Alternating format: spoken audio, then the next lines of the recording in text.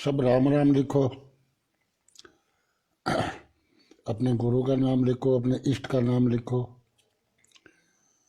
कोई जय श्री राम लिख दो, कोई वीर तेजा जी लिख दो, कोई जाम्बो जी लिख दो, कोई परशुराम लिख दो, कोई बाबा अम्बेडकर लिख दो। अपने अपने इष्ट को, माता पिता को, गुरु को, धर्म को, संविधान को, तिरंगे को, जय हिंद जय संविधान, कुछ भी आप लिख दो। लेकिन यदि किसी ने बदतमीजी भरा कोई कमेंट किया किसी धर्म पे, किसी जाति पे, किसी अन्य के ऊपर यदि कोई फालतू की टिप्पणी की ना, तो अभी सुबह से अनेक ब्लॉक कर चुका और कर दूंगा। मैं तुम्हारे बाप का नौकर नहीं हूँ। मैं एक सामाजिक कार्य करता हूँ, मैं एक संविधान को लेकर चलता हूँ, मैं सर्व समाज सर्व धर्म की इज्जत करता हूँ। मैं मंदिर मस्जिद गुरुद्वारे चर्च के अंदर मत्था टेकता हूँ, क्योंकि मैं एक सच्चा हिंदुस्तानी हूँ, क्योंकि मैं एक देशभक्त हूँ। मैं देश के टुकड़े करने वाले या देश के जाति और समाज और धर्म में बांटने वालों के सख्त खिलाफ हूँ। मैं न कोई हिंदू हूँ, न मुस्लिम हूँ, न राजपूत हूँ, न जाट हूँ, न और हूँ। मैं सिर्फ और सिर्फ एक हिंदुस्तानी हूँ और क्षत्रिय कुल और धर्म के अंदर पैदा हुआ हूँ। क्षत्रिय धर्म की परिभाषा क्या है और भारतीय संविधान के अंदर मेरे को क्या हक और अधिकार मिला हुआ है, मैं उसके ऊपर बात करूँगा।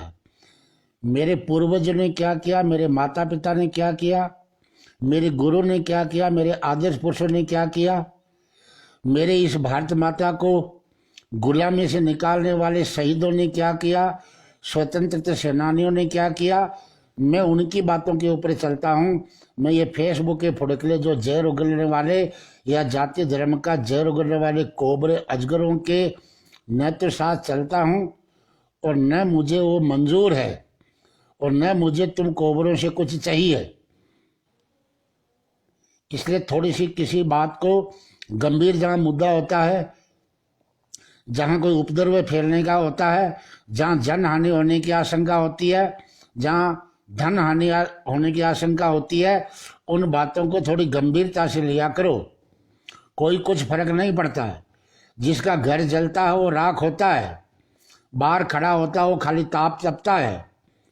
वो एक महाजन के घर के दुकान के अंदर आग लग गई थी, पूरा का पूरा माल जल गया। एक चने की बोरी थी, चने की, वो उस आग के अंदर सिक के भोंगड़ा बन गई। जो भी आए उसमें उठाए, फाके मारे, खाए, पूछे सेठ जी कितना नुकसान हुआ। सेठ जी बोले हुआ क्या, अभी तो होते ही जा रहा है। एक बोरी ये चने की थी, इसको बेच के वापस दुकान करता, लेकिन तुम जो आने जाने वाले हो ये इसको मोड़ मोड़ के खा जाओगे। तो जिस घरों के अंदर आग लगी हुई है, जिन पीड़ितों की परिवार की हालत है, उसके दर्द को समझने की कोशिश करो, उसकी मजबूरी को समझने की कोशिश करो, उस पर कोई अन्याय अत्याचार हुआ उसको समझने की कोशिश करो, न कि कोई राजनीतिक या जाति या धर्म की रोटियां सेकने का काम करो। ऊपर मैंने लिखा है, इस प्रकरण की शुरुआत, मैं किसी भी प्रकरण को यदि हाथ में लेता हूं तो लगातार उसके ऊपर अंत तक जाता हूं, और ये शायद मेरी ये लाइव इस प्रकरण के ऊपर अंत होगा, क्योंकि इसमें जितनी गंदगियां बाहर निकल के आ रही है, ये गंदगियां न मुझे अच्छी लगती है, न मुझे फैलाने के अंदर कोई अच्छा लगता है। जितनी ये आग है उतनी ही राख उगेड़ोगे तो अंदर से आग ही आग निकल रही है, तो आग रोटियां सेकने का काम करेगी राजनीतिक पार्टियों या धर्म और जाति के कोबरों के लिए, मेरे जैसे के लिए नहीं है। इसलिए मैं आखिरी लाइव इसके ऊपर आ रहा हूँ। लेकिन मैंने ऊपर लिखा है, सबसे पहले दादाजी बुजुर्ग है, उनका वीडियो आया, हाथ जोड़ के वो कह रहे हैं कि मेरी समाज और हिंदू धर्म 2 दिन के अंदर बात सुनो, वरना मैं 17 तारीख को आत्महत्या कर लूँगा। उसके साथ में वो बेटा भी बोल रहा है और वो भी पूरी बात करा कि मेरे साथ में क्या क्या घटना हुई थी, कैसे मारपीट हो गई, मेरे हाथों में राड़ चढ़ी हुई है, तोड़ मरोड़ के डाल दिया था। उसके बाद में आगे का ये प्रकरण आ रहा है, लड़की के 2 बयान आ रहे हैं, उसके बाद लड़की के दूसरे बयान के अंदर एक अन्य चीज निकल के आ रही है। उसके बाद में कोई धर्म भाई के तौर पे 500 रुपये बता रहा है या और कुछ बता रहा है। उसके बाद में लड़के के बाप और लड़की की माँ का एक एफिडेविट आ रहा है, यानी कि इस राख को जितना खोदोगे उतनी इसके अंदर निकलेगी। इस सच्चाई को करीब से देखने के लिए मैंने यही कहा कि सबसे पहले दादा और पोती को एक जगह बिठा के और 5 पंच 11 पंच पटेल कमरे के अंदर बंद कमरे में बैठ के और दादा पोती की बात को सुनना चाहिए, क्योंकि दादा बुजुर्ग है, वो तो बच्चा नहीं है, और बच्ची बताएगी कि वो घर में रहती है। दादाजी बाहर है लेकिन वो बुजुर्ग है, उनको पूरे प्रकरण का पता है, लेकिन बच्ची है वो अंदर घर के अंदर है, घर में क्या होता है वो बच्ची को पता है। इन दोनों की बात को क्रॉस टेली करने के लिए पंच, जो समाज के पंच है, बुद्धिजीवी है, कोई नेता है, ठग ठेकेदार है, उनके सामने बात होनी चाहिए। मैं इसका एक उदाहरण आपको बीच में ये दे रहा हूँ। 6 दिसंबर 2015 भंवर सिंह जी रेटा जय राजपूताना वाले ने जयपुर राजपूत भवन में मुझे भी बुलाया था और उन्होंने पूछा था कि आपने आर के मार्बल जज वगैरह के बारे में बता दिया, लेकिन मैंने सुना कि भाइयों का कोई मामला है। मैं बोला पहली बात तो भाइयों का है नहीं, और यदि बनाया हुआ है तो आप ऊपर चलिए, 5 या 11 लोग आ जाइए, मैं आपको पूरी बात बता दूंगा और उसकी क्रॉस टेली मेरे भाइयों से कर लेना। उसी आधार पर यह कह रहा हूं कि ये जो लाखों लोग होंगे या हजारों होंगे या सैकड़ों होंगे या न होंगे, वो बात की बात है, लेकिन इनके अंदर 5 या 11 बुद्धिजीवी लोग होंगे जो घर की बात है, घर के अंदर बैठ के यदि परिवार की पीड़ा समझनी है, परिवार की परेशानी दूर करनी है, तो सबसे पहले शुरुआत आपको दादाजी और पोती से करना है। उनकी पूरी बात सुनने के बाद उसके पिताजी को बुला लो, वो पिता अपनी बात रख देगा। वो पूरी बात सुनने के बाद माता को बुला लो, वो माता अपनी पूरी बात बता देगी। उसके बाद लड़के के पिता को, और उसके बाद उस लड़के को, क्या ये 5-7 लोगों को बुला के पूरी की पूरी सच्चाई को आप सुन समझ के, क्योंकि फेसबुक पे वो हरियाणा से एक अलग ही लाइव आ रहा है, वो जयपुर से अलग ही आ रहा है, हैदराबाद से कोई अलग ही आ रहा है, तो उन लोगों के फेसबुक के ऊपर क्या वो भगवान है जो उनको बेटे बेटे घर के अंदर पता लग गया, या वो आसाराम राम रहीम की गुफा में रह हुए हैं जो उनको बेटे बेटे पता लग गया। जब तक आप जाके उस बात को तसल्ली से नहीं सुनोगे, जो आप लोगों को निवेदन कर रहे हैं, अपील कर रहे हैं कि आइए मेरे और मेरे परिवार को राह दीजिए, बचाइए, मैं परेशान हूं, उसकी परेशानी सुननी जरूरी है ना। तो सबसे पहले उस बुजुर्ग दादा की बात को सुनो आप। वो बाहर रहते हैं, उन्होंने उम्र पाई है, और उसके बाद में ये अब सवाल वापस आ रहा हो। एक नारा चल रहा, हिंदू धर्म हिंदू धर्म हिंदू धर्म हिंदू धर्म। क्या है ये हिंदू धर्म? क्या है मुस्लिम धर्म? क्या है सिख धर्म? ये सिर्फ अपने घरों के अंदर संस्कृति, संस्कार, वार, त्योहार, परिवार, पहनावा, शादी ब्याह, इनके लिए आपका धर्म है। देश के फैसले लेने के लिए, देश को चलाने के लिए, इसके लिए धर्म नहीं है, इसके लिए आपका संविधान है, कानून है, उससे चलता आपका देश। आप हिंदू धर्म, हाँ हिंदू धर्म सर्वोपरि है, शर्माते मेरे, मैं भी हिंदू धर्म से हूं, लेकिन मेरे हिंदू धर्म में गीता, रामायण, उसमें भागवत के अंदर जो लिखा हुआ है उसके हिसाब से देश चल जाएगा क्या? सुप्रीम कोर्ट के फैसले होते हैं, वो गीता, रामायण, भागवत में जो लिखा हुआ है, कृष्ण भगवान ने क्या किया या प्रभु राम ने क्या किया, उससे चल जाएगा क्या? या आपका जो देश है, बाबा साहब अम्बेडकर ने लिखा, जो ये आने वाली 26 जनवरी वो गणतंत्र दिवस मना रहे, उससे चलेगा? आप पंचायती कर सकते हो, आप रियलिटी को देख सकते हो, किसी के ऊपर झूठा अन्याय अत्याचार हुआ है, उसके लिए आप अदालत को, पुलिस को, वकील को, जज को बता सकते हैं। फैसला कौन देगा? फैसला अदालत देगी ना, क्योंकि ये जो चीजें हो रही है, उनके दस्तावेज आपके सामने आ रहे, एफिडेविट आ रहे ना, दोनों इनकी भी आ रहा तो उनकी माँ बेटे के भी आ रहा है। ये स्टाम्प क्या है? 500 रुपए के स्टाम्प लिखे हुए है, नोटरी किया हुआ है, गवाहों के हस्ताक्षर है। इन चीजों को क्या दरकिनार कर दोगे? खाम पंचायत फैसला होगा या हिंदू धर्म में लिखा हुआ वो होगा? तो फिर हिंदू धर्म में तो रावण को राम ने मारा है, कृष्ण ने कंसन को मारा है, अर्जुन ने दुर्योधन को मारा है, और मुगलों अंग्रेजों ने एक दूसरे को मारा है, उससे चलेगा? या ये देश संविधान जो 26 जनवरी को आ रहा है इससे चलेगा? इसके ऊपर किसी ने गौर किया क्या? 1% नहीं कर रहे। मेरे जैसे मूर्ख पागल है वो कर रहे हैं, और फिर मूर्ख और पागल को समझाने के लिए ये फुड़कले आ रहे हैं। तो हिंदुओं के पक्ष नहीं ले रहा, किसके लो? कौन हिंदू है? मैं पूछ रहा हूं, ये ढाडी जाति से है। ये जो लड़का है ये इसका पिता ढाडी जाति से है। कितने लोग हैं जो ढाडी के बारे के अंदर बता सकते हैं कि हिंदू या मुसलमान है? जैसे हिंदू तेली होता है, हिंदू मुसलमान होता है। जैसे लाड खानी राजपूत होता है, कायम खानी मुसलमान होता है। क्या इनके बारे के अंदर तुम लोग एक भी कोई बता दो कि क्या होता है? ढाडी का काम, असली काम क्या है? ये जो जैसलमेर के अंदर, बाड़मेर जैसलमेर के अंदर जो ये गाते हैं बजाते हैं, या मेरे गांव के अंदर भी जो शादी के अंदर गाने के लिए ढाडी आते हैं, वो मुस्लिम है या हिंदू है? उनकी कौन सी संस्कृति, कौन सी रोजी रोटी, कौन सी आन गान से उनको हिंदू मुस्लिम आप बता रहे हो? और यदि हिंदू मुस्लिम है, आपका भारतीय संविधान क्या कह रहा है? आपका भारतीय संविधान क्या रहा है? या आपके जो कैबिनेट मंत्री बैठे दिल्ली के अंदर बैठे वो क्या कह रहे हैं? आपके कश्मीर के अंदर जो 3-3 पीढ़ियों से 3-3 परिवार मुख्यमंत्री वो क्या कर रहे हैं? उन्हीं से रिलेटेड आपके राजस्थान के अंदर उप मुख्यमंत्री प्रदेश वो क्या कर रहे हैं? इंदिरा गांधी का क्या कर रहे हो? इंदिरा गांधी ने किससे शादी की? ऑब्जेक्शन लिया। राजीव ने किसने की? ऑब्जेक्शन लिया। संजय गांधी ने किससे की? ऑब्जेक्शन लिया। शाहनवाज हुसैन ने किससे की? मुख्तार अब्बास नकवी ने किससे की?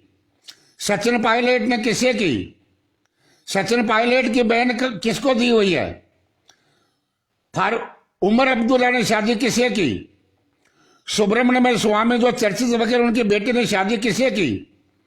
अभी ये जो टॉपर आईएएस थी जो अभी अभी उनका तलाक हुआ है, किससे शादी की? ये शादियां हैं क्या? ये जबरदस्ती थी? क्या ये लव जिहाद था? क्या ये अन्याय था? क्या ये राजा मुगलों की तरह जबरदस्ती कुछ हुआ था? संविधान के तहत हुआ था ना, चल रहा है ना। ये आईएएस डाबी 2 साल के अंदर इनका तलाक हो गया, तो उमर अब्दुल्ला और सचिन पायलट की बहन का तलाक हो गया, लेकिन सचिन पायलट और सारा पायलट का तो नहीं हुआ ना। शाहनवाज हुसैन और मुख्तार अब्बास का तो नहीं हुआ ना। सुब्रमण्यम स्वामी की बेटी और जवाई का तो नहीं हुआ ना। ऐसे हजारों उदाहरण है। और एक मित्र है जो बार बार वहीं से कह रहा, बीकानेर से, एक मुस्लिम की बेटी से जाट के बेटे ने शादी करी है, दोनों वहां राजी खुशी रह रहे हैं। वो आपको दिखाई नहीं दे रहा। मैं इसमें कतई ये नहीं कहता कि इस लड़की के साथ में जबरदस्ती नहीं हुई, या ब्रेन वॉश नहीं हुआ, या जादू टोना नहीं हुआ, या डराया धमका नहीं हुआ है, लेकिन इसके अंदर कानूनी पहलू 2 है। कई लड़के की फोटो फेसबुक आईडी से पता लगता कि 1 साल पहले शादी हो गई थी। 1 साल पहले शादी हो गई थी। इस लड़की को बचाने का आपके पास पूरा तरीका कि उस टाइम ये नाबालिग थी। लेकिन ऐसे लोग होते हैं वो पुख्ता सबूत रखते हैं, लेकिन एक आधार जरूर बनता है। किसी भी नतीजे में पकड़ने के लिए एक आधार बनता है। भले ही शादी अभी बालिग होने के बाद किया है, लेकिन उससे पहले जब लड़का खुद स्वीकार कर रहा मैंने शादी कर ली, तो ये इकबाल या बयान के तौर पे आता है। ये लिखित दस्तावेज के साथ आता है कि तुमने षड्यंत्र रच के 1 साल पहले शादी कर ली थी, लेकिन नाबालिग होने के नाते इसको छिपा के रखा, और जैसे यह बालिग हो गई कोर्ट के अंदर जाके दस्तावेज बना लिया।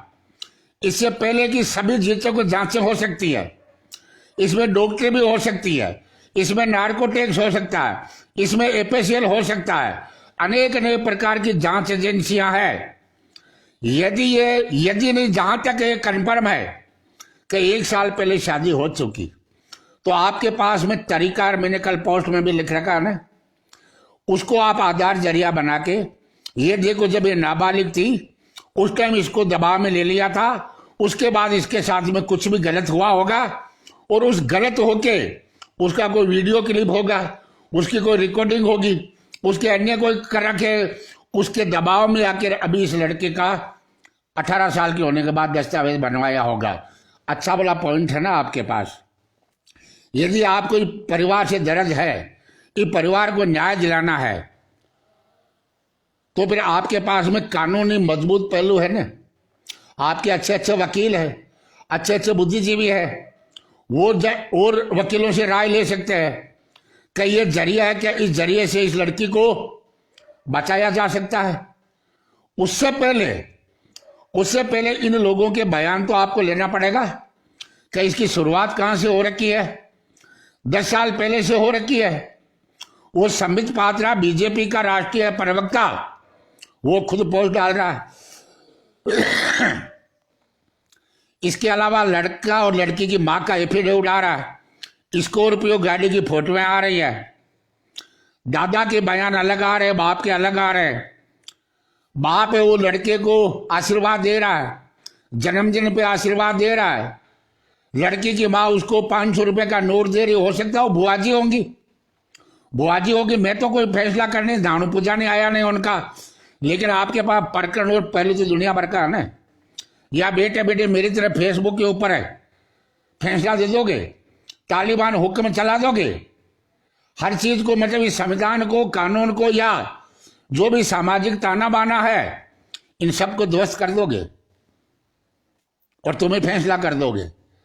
तो फिर वही बात है कि आग बुझाने का काम कर रहे हो, लगाने का कर रहे हो। मैंने रात को यही एक 6 मिनट के ऑडियो के अंदर कहा है, क्या ये राजा महाराजाओं का देश है जो राजा साहब ने कह दिया, कामदार जी ने आदेश फरमा दिया और दरबारियों ने ले जाके उसको जो भी है बांध के रख दिया, या सांकड़ा बांध दिया, पेड़ पे लटका दिया। या आज से 50 साल पहले का जब देश आजाद हो गया तो गांव में पंचायतें होती थी, मुर्गा बना के पत्थर ऊपर रख देते थे और पेड़ के हाथ बांध के रख देते थे कि कबूल कर। जैसे अभी पुलिस लेती है कोर्ट से कि इनसे उगलवाना है, वो काम करना है। या जो पहले बैठ के पंचायतें या जाति समाज की पंचायतें लड़के के साथ में क्या करते, कैसे उनको मुर्गे बनाने हैं, या फिर हुक्म फोड़ दिया कि इस महिला के साथ में वो होगा, एक पुरुष के साथ होगा, वो होगा। यदि ये करना है तो फिर बंद करवा दो, एक रैली निकालो कि ये जो संविधान है, ये कानून है, इसको ताले के अंदर रख दो। फिर वहां पे सुप्रीम कोर्ट, लोकसभा, विधानसभा में रामायण, गीता, भागवत, कुरान, बाइबल, गुरु ग्रंथ, जैन ग्रंथ, वो सब वहां रखवा दो। फिर जो भी फैसला आता है उसको पढ़ के बताते रहो, कहाँ राम ने यह किया था, अल्लाह ने यह किया था, बाबर ने यह किया था, अकबर ने यह किया था, गुरु नानक ने यह किया था, भगवान महावीर ने यह किया था। उनके हिसाब से फैसला करवा दो। सुनो, यह हर ज्ञान किताबी ज्ञान काम नहीं आता है। इस किताबी ज्ञान के बाद में भी एक इंसानियत का गुणनफल होना जरूरी है। नाना प्रकार की जाति है, नाना प्रकार का धर्म है, नाना प्रकार की संस्कृति है, नाना प्रकार की भाषा है। ये आपका देश अनेक अनेक भाषा, संस्कृति, धर्म और जाति से बना हुआ है। वो एक था ये जो फेसबुक ये पढ़े लिखे हैं, उनसे गया, वहां पे जाके शास्त्र विद्या पढ़ के आ गया। जो भी काम करे वो शास्त्र विद्या के अंदर देखे, हर चीज है तो वो शास्त्र में वो पगला गया था, क्योंकि उसको सामाजिक ताना बाना से कोई मतलब, किताबी ज्ञान था। शादी हो गई तो पत्नी खूबसूरत आ गई। यार दोस्तों ने कहा कि यार भाभी तो बहुत सुंदर है। वो परेशान हो गया, देख के किताब में ढूंढा कि इसका हल क्या है। तो उसमें लिखा हुआ कि नारी का सबसे खूबसूरत चेहरे का नाक होता है। सो गई पत्नी, नींद आ गई, उठा, लाके चाकू उसका नाक काट दिया। सुबह यार दोस्त आए, देखा क्या हुआ भाभी, नाक काट दिया। अरे यार ये तो बद्दी हो गई। तो क्या नाक काट कर अपनी परेशानी को दूर करना चाहते हो, या अन्य और भी कोई तरीके हैं? ये अभी तक मुझे ऐसा लग रहा है कि एक दूसरे का नाक काटने का ज्यादा प्रयास हो रहा है, ना कि पीड़ित परिवारों का दुख हरण करने का है। भुगत भोगी होने मुझे पता नहीं है, जो जितने ठेकेदार ऐलान करके आ रहे हैं, इनकी कथनी करने क्या है। सबको जानता हूं, 6 साल हो गए और एक एक को सबूतों से ही नंगा करके इनके चेहरे के बताया है। इनके जो चेहरे के ऊपर नकाब पे नकाब चढ़े हुए हैं ना, वक्त के साथ साथ वो मैंने नकाब उतारे है। अभी एक मित्र ने एक आधा लाइन लिखी है, उसके अंदर बहुत बड़ी चीज निकल के आ रही है। ये महिपाल मकराना के लिए उसने लिखी है कि दूसरे के घर के अंदर लड़ाई होती है वो शादी के समान लगती है। मैं इसको बिल्कुल मंजूर करता हूं। वो इसलिए करता हूं कि यह मामला बीकानेर में है। कल भी मैंने बताया कि राष्ट्रीय करणी सेना का प्रदेश से बीकानेर से कर्ण प्रताप सिंह सिसोदिया 13 अप्रैल 2018 को जो 3 साल होने जा रही है, यहां करणी माता का नाम लेके रघुकुली वचन देकर गया था कि पीरदान प्रकरण को हम देखेंगे, ये करणी सेना जांच दिलाएगी। 3 साल हो रहा है। किसने कहा था? महिपाल सिंह मकराना जो अभी आज आ रहे हैं, इन्हीं के प्रदेश अध्यक्ष कर्ण प्रताप सिंह जी सिसोदिया, जिनको पूरे प्रकरण का पता और महिपाल मकराना को पता है। नंबर 2 महीने पहले चूरू रतनगढ़ के अंदर एक राजपूत समाज की नाबालिग बेटी का मुस्लिम समाज के लड़के ने अपहरण किया। अभी वो पोस्ट चल रही है महिपाल मकराना की, उस लड़की का वो नाम लिख रहा है, उस लड़की का नाम लिख रहा है। वो परसों चिल्ला रहा था हिंदू हिंदू हिंदू हिंदू हिंदू, राजपूत राजपूत राजपूत, बिल्कुल मानते हिंदू राजपूत। उस लड़की का, नाबालिग का अपनी फेसबुक के ऊपर, जिसके हजारों लोग उसको पढ़ा, हजारों 500 लोगों ने उसको कमेंट करके और सैकड़ों लोगों ने कमेंट करके कहा कि महिपाल जी ये क्या कर रहे हो। उस पंचायत में आज महिपाल मकराना आता तो पंचों से निवेदन करूंगा कि महिपाल सिंह मकराना को पूछा जाए कि वो नाबालिग बेटी, राजपूत समाज की बेटी का नाम उजागर किस आधार पे किया। क्या सामने वाले से सुपारी ली? क्या ये कानून सम्मत सही है? या जो उसमें कई हिंजड़े कह रहे हैं कि ये लव जिहाद था, इसकी बेइज्जती करनी जरूरी है, तो फिर इसकी इज्जत बचाने कैसे जा रहे हो? ये भी तो सहमति बता रही, 2 वीडियो आ गए। अभी तक कहीं नहीं आ रहा कि इसके साथ दुराचार, अत्याचार, जबरदस्ती हुई है। हाँ, नाबालिग थी, ब्रेन वॉश किया होगा, बैला या फुसका होगा, कोई कमजोरी पकड़ी होगी, लेकिन महिपाल मकराना से यह पूछा जाए कि अभी भी वो पोस्ट है। सैकड़ों बार लोगों ने कहने के बाद तो वो सामने वाली मुस्लिम पार्टी से रुपया लिया, सुपारी ली, इस समाज की बेटी को बदनाम करने के लिए पैसा लिया, नहीं लिया तो उसकी वजह बताए कि मैंने इसको ऊपर नाम क्यों कर रखा है।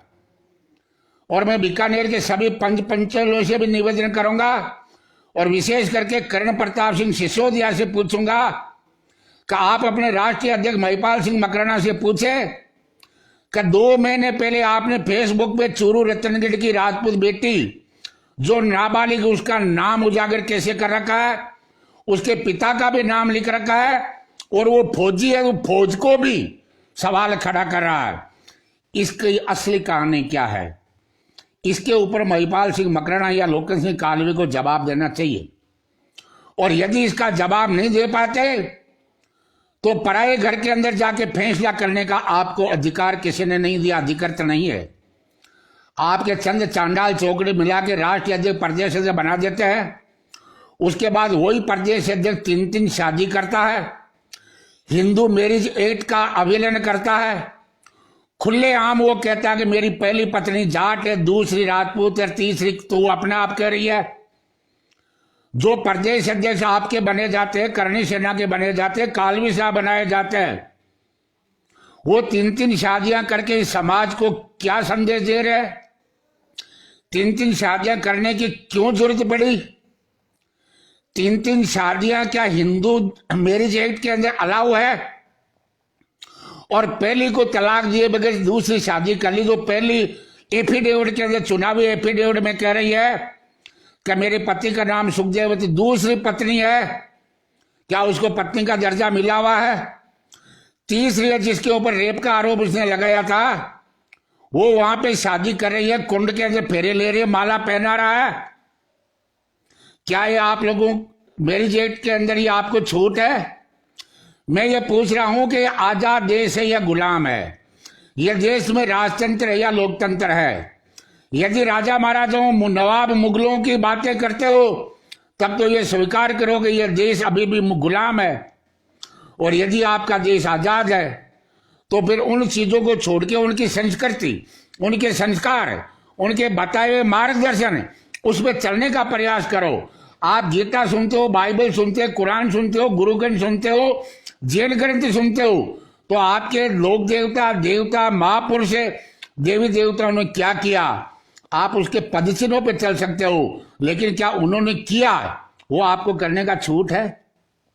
नहीं होगा। छूट होती थी तो बाबर आया था और राम मंदिर को तोड़ के बाबरी मस्जिद बना गया था। अकबर आया था, औरंगजेब आया था, खिलजी आया था, गोरी आया था, और वो इसलिए यहाँ आके राज करके गए अंग्रेजों से। उनको पता है कि टुकड़ों के अंदर बिकने वाले हिंदुस्तान के अंदर कई कीड़े मकोड़े मिल जाएंगे, इसलिए वो बाहर से सेना नहीं लाए थे। 800 साल मुगल राज करके गए, 200 साल अंग्रेज राज करके गए। हिम्मत नहीं थी उनकी। यदि हिंदुस्तानी बिकाऊ, ये जो मैंने ऊपर लिखा है कि दारू, मुर्गी, मैकडोल में बिकने वाले, ये सवाब, कबाब, अयासी में बिकने वाले ये हिंजड़े, यदि धरती की इस माटी के गद्दार नहीं होते तो मुगल 800 साल, अंग्रेज 200 साल नहीं रहते। और यदि रहते तो सिर्फ 9,07,32,000 शहीदों ने मुगलों और अंग्रेजों को भगा दिया था। 18,000 की सेना महाराणा प्रताप की थी, 80,000 की अकबर की सेना का खात्मा कर दिया था। अकेला औरंगजेब था, अकेला वीर दुर्गादास था जो औरंगजेब की सेना का खात्मा कर दिया था। अमर सिंह राठौर था जो आगरे के अंदर जाकर बादशाह के किले में कूद गया था। अकेला हकीम खान था जो प्रताप के साथ खड़ा होके और अकबर की सेना से सामना कर रहा था। अकेला राणा पूंजा था जो अपनी भील सेना को लेके और मुगलों के छक्के छुड़ा दिए थे। अकेला महाराजा सूरजमल था जो अजय योद्धा के तौर के ऊपर मुगलों और अंग्रेजों से खुलेआम भिड़ा था। जिनको जरूरत पड़ी थी, चाहे मराठा थे, चाहे गुजराती थे, उनको शरण दी थी। ये इतिहास नहीं पढ़ा आप लोगों ने, ये इतिहास आपने नहीं पढ़ा। एक दूसरे को काटने का करोगे, एक दूसरे के धर्म पे करोगे। वो देवता उस जाति का, वो लोक देवता इस जाति का, वो राजा उस जाति का, वो महाराजा उस जाति का है। यही जो इसके अंदर कीड़े मकोड़े हैं ना, ये जातिवाद के जहर घोलने वाले कोबरे हैं ना, इन्हीं में अनेक लिख जाए जो महाराणा प्रताप को बुरा बताते हैं। इन्हीं में अनेक मिल जाएंगे जो महाराजा सूरजमल को बुरा बताते हैं। इन्हीं में मिल जाएंगे वो तेजाजी को जाट बताते हैं।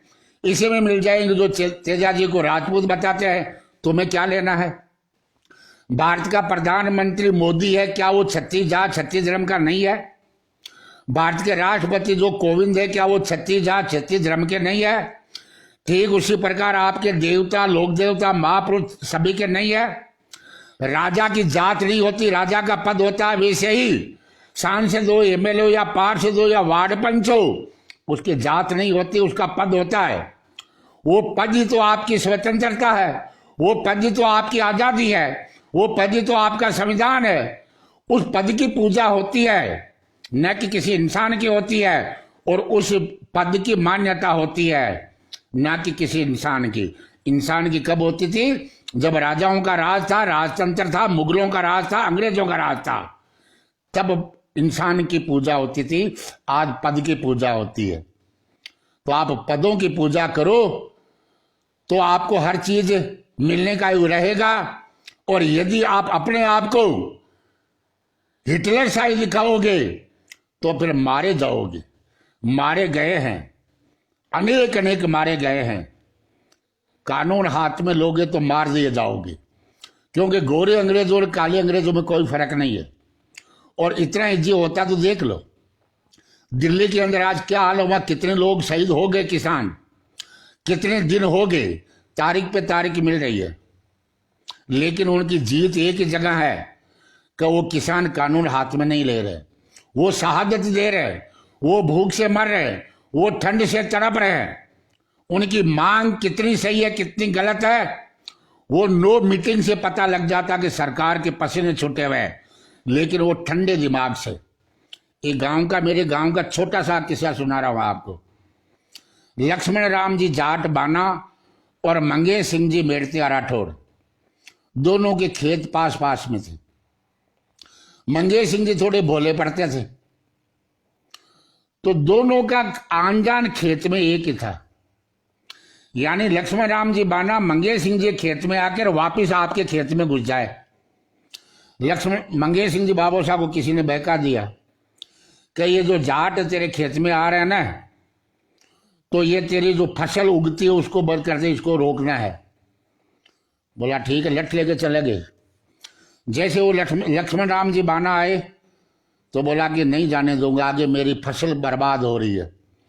तो बोले ठीक है ठाकुर साहब, वापिस चला जाता हूँ। बोला पाछो जा। क्यों जी पाछो जाऊं तो मारा पगाऊं फसल तो दे भी, तो मैंने आगे जा बाजो जो पर मारी आवड़ी में जाते रहो। क्यों नहीं चलो।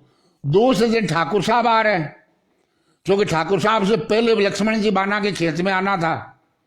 जैसे वो आया तो खूंटो उतार चौधरी खड़ो गो, क्यों कुंजा बाजू, क्यों वाह भाई की तू काल पाछो गया, मैं पाछो चलो जाऊं। क्यों नहीं ठाकरा, पाछा जाओ तो हमारी फसल बर्बाद हुई, आगे जाओ तो फसल बर्बाद। क्यों जर काई करो, क्यों जरे टांगड़ा माता के ऊपर रखकर जाओ। क्यों जिस बात को समझने का प्रयास करो, कोई भी माथे सर के ऊपर पैर लेके नहीं जाएगा।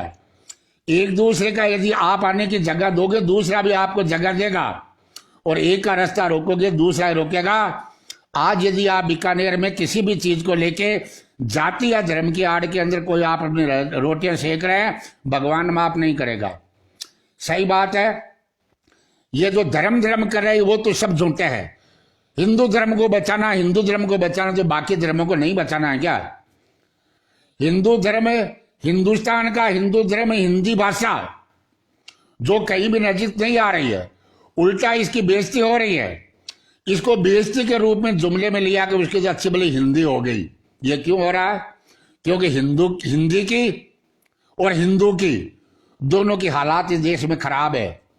आज एक हिंदू के साथ कोई अन्याय अत्याचार होगा ना, कोई नहीं आएगा, लेकिन अन्य जाति के आएगा, सब आ जाएगा। फेंकते ये, इसको मंजूर करना है। जैसे हिंदी भाषा की हालात खराब है, हिंदी भाषा के साथ साथ जो हिंदुस्तान की जो सरकारी है ना, उनकी भी कितनी है। सरकारी अस्पताल में जाना नहीं चाहता, सरकारी स्कूल में कोई जाना नहीं चाहता। हाँ, सरकारी नौकरी में हर कोई जाना चाहता है कि वहां लूट के खाना है, लेकिन जब सुविधाएं मिलती है सरकारी तौर पे, वहां कोई नहीं जाना चाहता। तो सरकार की संस्थाएं भी तबाह बर्बाद है, हिंदुस्तान की भाषा हिंदी भाषा भी तबाह बर्बाद है। आपकी लोकसभा के अंदर जब बिल पास होते हैं या बहस होती है, तो वहां 80% लोग तो अंग्रेजी में बोलते हैं। तो गांव का जवान किसान क्या समझेगा? बड़ी ताज्जुब की बात है, आपके भारत का प्रधानमंत्री HD देवगौड़ा बने थे, उनको हिंदी बोलना नहीं आता था। ये क्या दुर्भाग्य नहीं है? लेकिन ये संविधान के अंदर उसको इजाजत मिली हुई है, तो फिर मांगना तो पड़ेगा। अनेक चीजें संविधान के अंदर जरूरी नहीं है कि वो सही है, उसे अनेक जाति और धर्म के लोगों को बहुत नुकसान हुआ है, लेकिन मानना तो पड़ेगा। फिर एक गांव की बात कर देता हूं। एक वो ठिगना आदमी था, किसान था, खेत में जाके वापस आया। धर्मपत्नी ने पूछा क्यों जी बाजरी कच्ची आएगी, क्यों गोडा सुधी आएगी, क्यों थांके गोडा सुधी या मोटियार के गोडा सुधी? बोला कि मैं मोटियार को नहीं की। क्यों नहीं, मारा भागने से मोटियार ही हो, लेकिन मोटियार अलग हुआ करे, 6 फुट को हुए थे तो 3.5 फुट का हो। तो भले ही वो मोटियार तो है ना, उस संविधान में क्या कमियां, क्या अच्छाइयां, क्या बदलाव होना, क्या अमेंडमेंट होना, वो अलग बात है, लेकिन मानना उस संविधान को पड़ेगा ना। या लठ लेके जो खड़ा हो गया के यहीं तेरे को 3 तलाक देना या यहीं तेरे को सब कुछ करना, वो तो नहीं होगा ना। इसलिए एंड दे रहा हूं, और एंड के अंदर सुखद उम्मीद यह रखूंगा कि कोई वहां जाके अपने दिमाग में यह न रखे मैं जाट हूं, मैं मुसलमान हूं, मैं राजपूत, मैं ब्राह्मण हूं, मैं पंडित हूं, मैं विष्णु हूं या और कोई हूं। वहां एक दोनों समाज में, 2 परिवार में, समाज नहीं मत कहो, 2 धर्म भी मत कहो, 2 समाज भी मत कहो, 2 परिवार के अंदर एक बहुत बड़ा विवाद हो रखा है, जो काफी पुराना लग रहा है। जिसकी परतें खोलने से एक परत खोले प्याज के छिलके की तरह निकल रही है। शुरुआत दादाजी से करके अंत पोती से लेके और बैठ के वहां पे क्या निकल के आता है उसको आपके जाके कानून के दरवाजे पे रखना है। फैसला कानून को करने देना है, न कि खाम पंचायत को, न कि कोई ठाकुर साहब को, न कि कोई चौधरी साहब को, न कि कोई मौलवी साहब को। ये देश संविधान से चलता, कानून से चलता है। सामाजिक ताना बाना बनाए रखो। हिंदू मुस्लिम सिख ईसाई भाई भाई है। जाट राजपूत भाईचारा बढ़ाए रखो। हिंदू मुस्लिम गंगा जमनी बढ़ाए रखो। और जो भी गलत करता है उसकी जात मत देखो, उसका अपराध देखो। अपराधी की कोई जात नहीं होती, परिवादी की कोई जात नहीं होती। अपराधी अपराधी होता, परिवादी परिवादी होता है। तो परिवादी को परिवादी की नजर से देखो और अपराधी को अपराधी से नजर देखो। हिंदू या मुस्लिम या जाट या राजपूत के अंदर उसको मत देखो, वरना हर कोई पीरदान नहीं होगा। पीरदान के पास तो सत्य रूपी शक्ति थी और 3 साल का अनशन किया, उसे और शक्तियां प्राप्त हो गई, क्योंकि मेरे पास सबसे बड़ा हथियार भारतीय संविधान था और सबसे बड़ी हिम्मत और ताकत, जमीर और स्वाभिमान, राजपूती खून और दूध, क्षत्रिय कुल और वंश की मेरे पास ताकत थी। इसलिए पूरा का पूरा आधे से ज्यादा हिंदुस्तान 99% ये बेईमान आगे पीरदान ऐसे ही बोल रहा है और उनका अता पता ही नहीं है। जिन जिन लोगों ने मेरे साथ धोखा गद्दारी बेईमानी की उनके हालात देख लो। वो एक कहावत है, शराब, ये शराब खराब है, ये शराब जुर्म की माँ है। इस पे कहा कि जिन्होंने पी है उनके हाल देख लो और जिन्होंने नहीं पी है तो पी के देख लो, पता लग जाएगा। तो जिन लोगों ने पीरदान के साथ में बुरा किया है, धोखा गद्दारी की है, उनके हाल देख लो। यकीन न हो तो करके देख लो, सामने आ जाएगा। धन्यवाद मित्रों।